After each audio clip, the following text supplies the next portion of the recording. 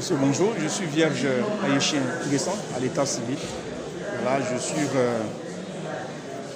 expert en stratégie de développement PME. Voilà. Alors vous êtes aujourd'hui à Innova, certainement pour présenter une innovation, c'est ça? C'est ça.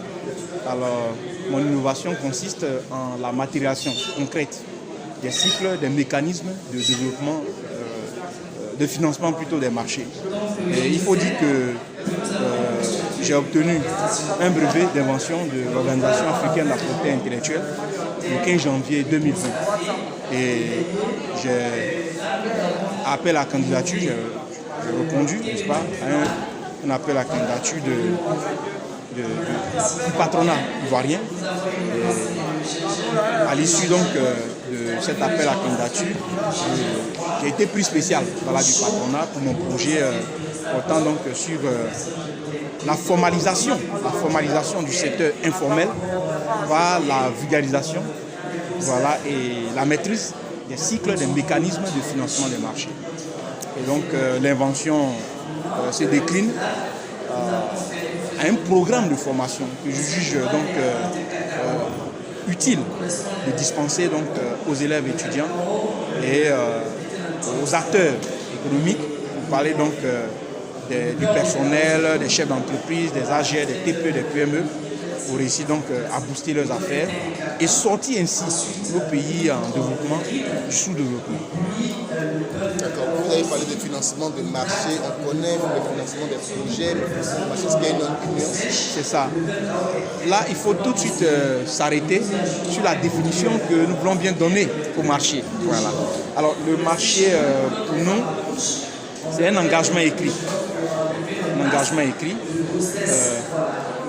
qui émane donc dont l'émetteur est le client au profit donc d'un opérateur économique pour mettre à sa disposition un produit lequel peut être une idée, voilà, un objet ou encore un service.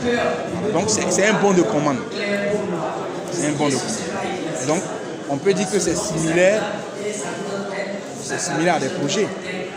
Vous passe commande, voilà, de la réalisation d'un projet, peut-être ça peut être un ouvrage, un pont, ça peut être peut-être ces 1000 téléphones portables, voilà, qu'un client a besoin, ça peut être 2000 bics, voilà. C'est ça. Alors la formation répond à quoi? C'est ça la question d'abord. Parce qu'il ne faut pas former pour former. La formation répond à quoi? Vous voyez, il y a différentes formations.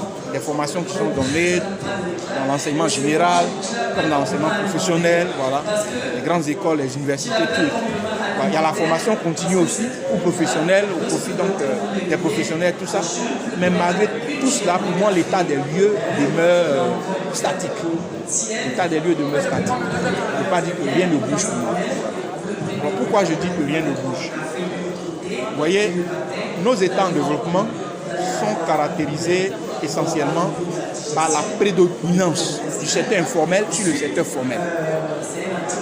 Et moi, je pense que cela obéit de façon claire à la loi de Pareto, l'économiste italien, sa loi qui est caractérisée de loi 80-20. Vous voyez, le tissu économique ou industriel est majoritairement informel. C'est-à-dire qu'il y a plus de 80% du tissu économique qui est informel. Donc, qui parle d'informel, parle de pauvreté. Et il y a moins de 20% du tissu économique qui est formel, qui représente le secteur des PME. Vous comprenez? Le secteur des PME qui est caractérisé comme secteur pourvoyeur d'emploi et créateur de richesse. Donc, vous comprenez que nous avons là moins de 20% de richesse contre plus de 80% de pauvreté, moins de 20% d'emploi contre plus de 80% de chômage.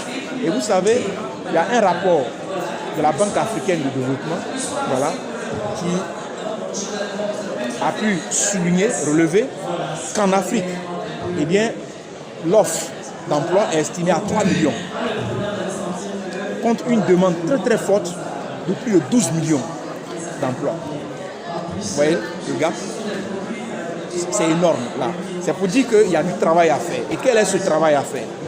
C'est en cela que consiste, n'est-ce pas, mon invention?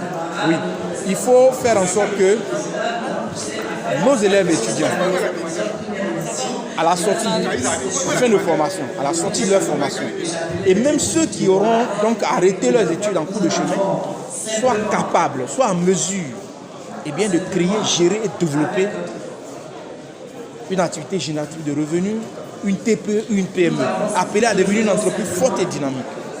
Ça, c'est deux.